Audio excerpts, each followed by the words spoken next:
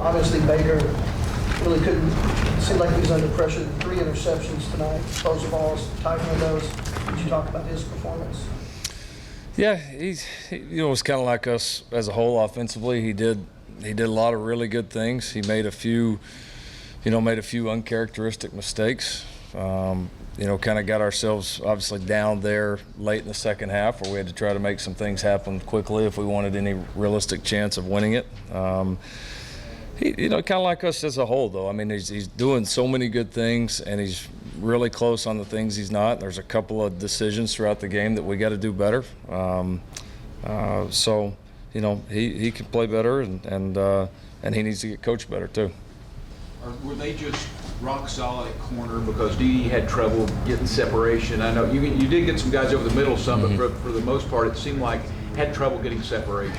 We did at times. AD got loose a couple times there. Did some good things for us. We thought DD might have a chance to get loose a little bit more than he did.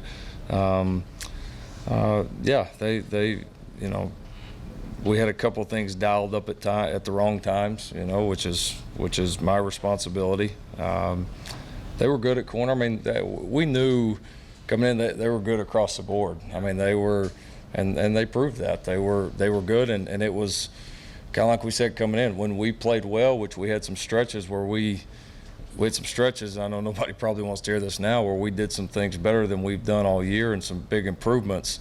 But when we didn't play well, when we were a little bit off, they made us pay. And there's two sides of it. It shows you're capable, but it also shows that, we've got to get a lot better. We're not far off, but we've got to take those steps and get over the humps, especially when you're playing a team that's that talented as they are.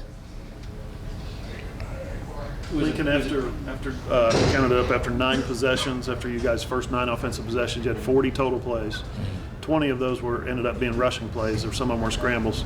But Joe, as great a night as he had, he's very dynamic out there, had the kickoff return. He only had 3 rushing attempts. Is there an imperative on your part to get the ball to him when he's having a good night, to try to get it to him more? Yeah, no, we always trying to get it to him. Had a couple things there in the throw game too that we thought, that were close. He dropped one there early that had a chance to be a pretty big play. Had a couple of things dialed up for him that, we either didn't get it to him or, whatever the case may be. And kind of like you said, that many possessions and that many plays. I mean, I want Samaje to touch it more. I want Joe to touch it more. I want DD to touch it more. I want Mark to touch it more. I mean, that's, when we're playing like that, it's not our best. And Joe, along with the other guys, aren't going to get the amount of touches that they need. Baker's the one that distributes the ball ultimately, but do you find yourself struggling at times to okay, I got to get, like you're saying, get this guy the ball more. I want to get him the ball more. Not necessarily. I mean, you certainly think about matchups, but one of the beauties of this offense when it's rolling is that you want to keep everybody involved. You want to make them defend the entire field, and so there's a little give and take. I'm certainly aware of who we need to get it to, and that's probably a little bit more through the game plan than maybe it is on game day, I guess, if you will. You've got to have a plan to get those guys involved, and obviously I've got to do a better job there. How far are you off? Because in a sense, it seems you moved the ball, you had enough yards. Oh, yeah. It seems like you didn't finish, and you talk about it. I'm just wondering if Joe holds on to that, and if you get in the end zone on that deep ball. Yeah, no doubt. If maybe the floodgates open, if it's a confidence thing. No, we're not far off at all, and that's the frustrating thing standing here is nobody's satisfied with that, and that doesn't get you the results you want against great competition. It's such a fine line, and it's hard to do. But the flip side of it for us and our guys, I think, realize it is that we are close. We don't finish enough plays yet.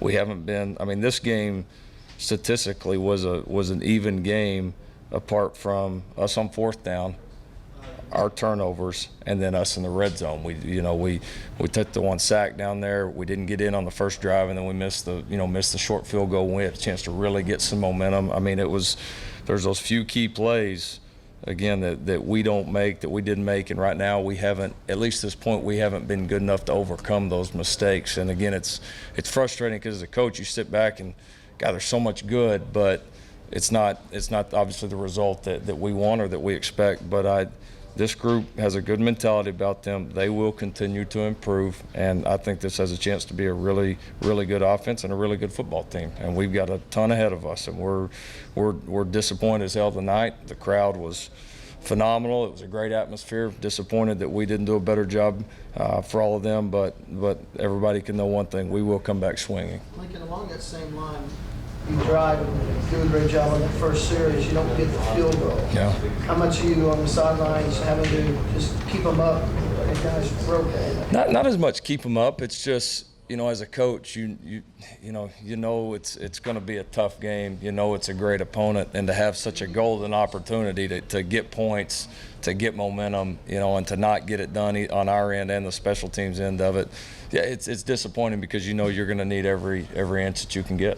And when you have that great a drive against great competition, you've got to get paid at the end. I think people expect, because Baker had such a good year, next year he's going to eliminate any mistake he had a year ago. I mean, Right.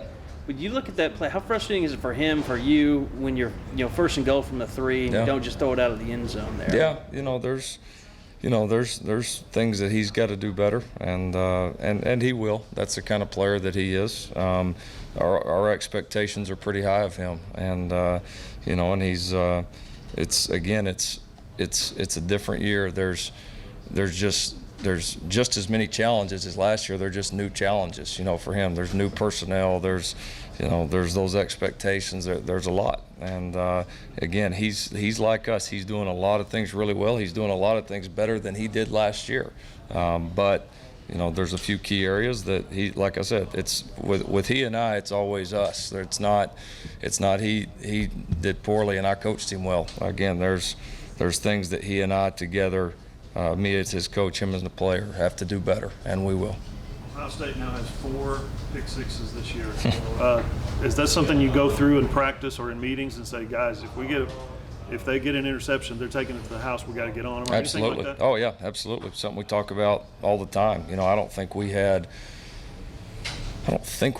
last year, the entire year, we had a turnover for touchdown. I don't think, off the top of my head. And no, it's something we talk about, and we'll go back and look at the tape. I think our guys were fighting their tails off. The guy just had a great angle on the sideline. The ball, happened to get tipped, and they made a great play. Those aren't the ones that you, as a coach, there's going to be some like that are out of your control that happen at times as tip balls at the line of scrimmage. You got to live with those. It's the other stuff that we've got to do better. That other interception was, he made a nice play to get out of the pocket, but then he sets up, looks like he throw it, and it's in coverage. I mean, the guy made a great play on the ball to intercept it.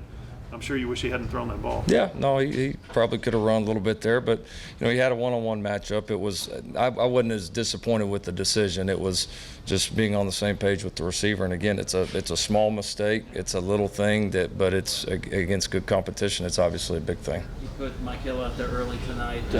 This next week with the bye week, how much do you want to accomplish there with him and just with everybody offensively? Yeah, we got to continue to grow. We have to stay together.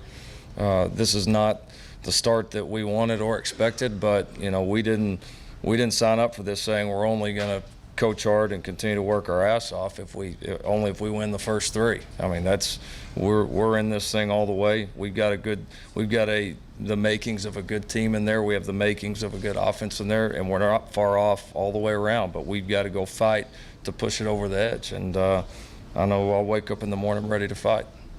So far this season, Andre started off pretty slow. Is that just him not being patient? Is that team blowing the box? What has led to that? Yeah, I think he's still finding his footing a little bit. He's healthy, but you miss all the time that he has, and even with all his experience and all that, but missing all spring, missing parts of camp. I mean, it'll be a work in progress with him, but he's. I think in the 3 games he's taken jumps each game. I see him getting closer and closer back to the guy he's going to be, and still making some big plays for us. And the ones he's not are close. Whether it's his line, on him or on the offensive line or whatever it is on me. But I don't think he's far off from being that dynamic back.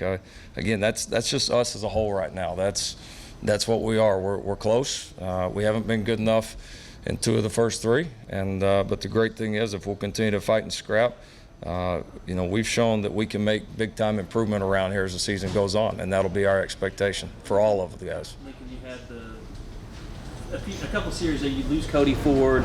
You're going with the new lineup. It seems like things were a little rough at first, but it seems like that lineup started opening up some running lanes. Yeah, they settled in. You know, it's always hard. I mean, Cody's been playing so well. That was a tough loss. And then, you know, anytime you change centers, you know, which is what that created, the domino effect created that, it changes your rhythm a little bit. And those guys, you know, are very important with what we do up front. They control a lot. And so there was a little bit of an adjustment period, but I thought Eric settled in fine.